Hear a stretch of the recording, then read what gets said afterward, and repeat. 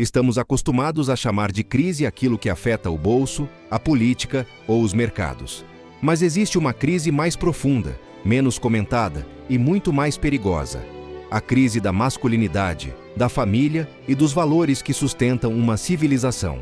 Ela não aparece em gráficos financeiros, mas aparece nas estatísticas de abandono, na solidão crescente, na fragmentação dos lares e na confusão de identidade que atravessa gerações. Não se trata de nostalgia do passado, nem de saudosismo moral. Trata-se de estrutura, de fundamento, de responsabilidade.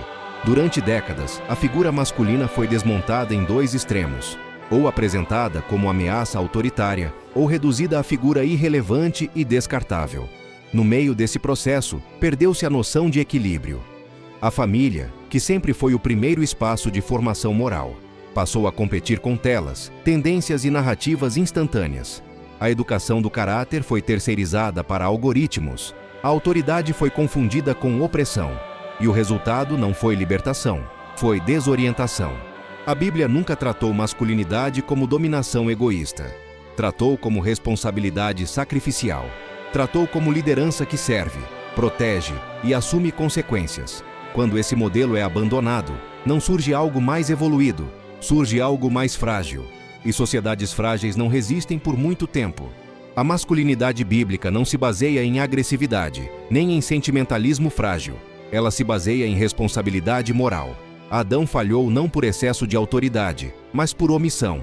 Ele estava presente fisicamente, mas ausente na decisão.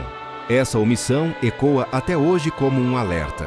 Quando o homem se cala diante do erro, toda a estrutura sofre. Liderança não é volume de voz. É capacidade de assumir consequências. É estar disposto a proteger princípios mesmo quando isso custa conforto pessoal. Abraão deixou sua terra por convicção. José resistiu à tentação mesmo quando ninguém o observava. Jó permaneceu íntegro quando perdeu tudo. Esses exemplos mostram que masculinidade não é performance pública, é caráter privado. Em uma geração que mede valor por visibilidade digital e validação instantânea, o conceito bíblico parece antiquado, mas é justamente essa profundidade invisível que sustenta famílias por décadas, enquanto a superficialidade se dissolve em poucos anos. Hoje, muitos homens cresceram sem referência sólida. Alguns foram ensinados a reagir com dureza exagerada. Outros foram ensinados a pedir desculpas por qualquer traço de firmeza. O resultado é polarização e insegurança. Sem identidade clara, evitam compromissos duradouros, evitam decisões firmes, evitam responsabilidades que exigem permanência. E sem permanência não existe família estável, apenas relações provisórias. Cristo redefine a autoridade ao lavar os pés dos discípulos. Ele demonstra que liderança verdadeira se manifesta no serviço, não na imposição. Essa imagem contrasta com a cultura atual, que associa poder à autopromoção constante. O homem cristão não lidera para ser admirado, lidera para que outros cresçam. Essa diferença parece sutil, mas é estrutural, e quando ela desaparece, a masculinidade perde sua essência. A família não é apenas um arranjo social conveniente. Ela é o primeiro ambiente onde o caráter é moldado. É no lar que se aprende limite, respeito, disciplina e empatia. Quando essa base é enfraquecida, a sociedade tenta compensar com leis, políticas e discursos. Mas nenhuma instituição substitui a formação diária que acontece dentro de casa. Quando os pais se tornam espectadores e não protagonistas, a educação moral se fragmenta. Em Deuteronômio, há uma orientação clara para que os pais ensinem princípios constantemente, na rotina diária, nas conversas simples, nos momentos comuns. Isso revela que valores não são transmitidos apenas por discursos formais, mas pela convivência constante. Quando o diálogo é substituído por telas e a presença é substituída por distrações, a transmissão de valores se enfraquece silenciosamente. A fragmentação familiar produz adultos inseguros. Pessoas que cresceram sem direção clara, frequentemente buscam identidade em tendências passageiras. Influenciadores substituem pais. Opiniões substituem a sabedoria. E qualquer tentativa de estabelecer limites é vista como opressão. O resultado é uma geração com acesso ilimitado à informação, mas com dificuldade de lidar com frustração e responsabilidade. Josué declarou publicamente que ele e sua casa serviriam ao Senhor. Essa decisão não foi simbólica, foi estrutural. Ela estabeleceu identidade coletiva. Hoje, muitos lares evitam qualquer posicionamento claro para evitar conflitos. Mas a ausência de direção não gera harmonia, gera confusão.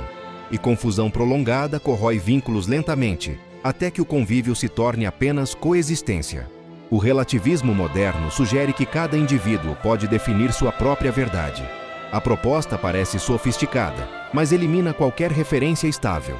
Se tudo é flexível, a fidelidade se torna opcional. Compromisso vira conveniência. Honra se transforma em escolha circunstancial. Uma sociedade sem princípios fixos não é mais livre, é mais instável. Porque a confiança depende de padrões previsíveis. Os mandamentos bíblicos não foram estabelecidos para limitar arbitrariamente a humanidade, mas para protegê-la. Eles funcionam como margens de um rio que impedem a inundação. Quando essas margens são removidas, a água inicialmente parece livre, mas rapidamente causa destruição. Valores não existem para oprimir, existem para preservar. A perda de valores raramente acontece de forma dramática. Ela ocorre por pequenas concessões repetidas, um silêncio conveniente diante do erro, uma justificativa racionalizada, uma escolha feita apenas porque é mais fácil. Com o tempo, aquilo que era exceção se torna regra. E quando se percebe, a referência moral já foi deslocada. Maturidade não é fazer tudo o que se deseja, é saber dizer não ao que compromete algo maior. O domínio próprio sempre foi sinal de força nas Escrituras. Hoje, é frequentemente visto como repressão. Essa inversão revela muito sobre o momento cultural. Quando o autocontrole é desprezado, impulsividade assume o comando. Restaurar masculinidade não significa repetir modelos rígidos do passado, mas recuperar princípios permanentes, responsabilidade, firmeza, proteção e serviço. Não se trata de impor autoridade, mas de assumir deveres. O homem que lidera espiritualmente sua casa não é autoritário, é consciente do peso que carrega. Fortalecer a família exige presença real. Não apenas presença física, mas emocional e espiritual. Exige diálogo intencional, limites claros e exemplo coerente. Filhos não precisam de pais perfeitos. Precisam de pais que vivam aquilo que ensinam. Coerência é mais formadora do que qualquer discurso. Valores são reconstruídos na prática diária, na honestidade mesmo quando ninguém vê, na fidelidade mesmo quando é difícil, na responsabilidade assumida mesmo quando custa conforto. Essa constância forma alicerces que resistem às pressões culturais.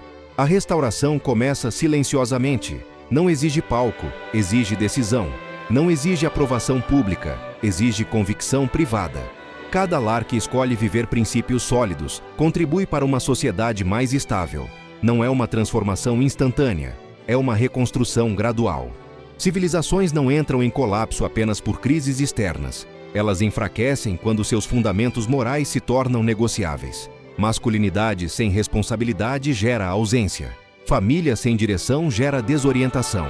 Valores sem firmeza geram instabilidade. Mas ainda há escolha. A escolha de ser presença em vez de omissão, de ser exemplo em vez de discurso, de ser estrutura em vez de espectador. O mundo pode continuar redefinindo conceitos, mas dentro de cada casa, decisões silenciosas moldam o futuro. A pergunta não é se os valores foram perdidos, é se você está disposto a vivê-los, mesmo quando isso não rende aplausos.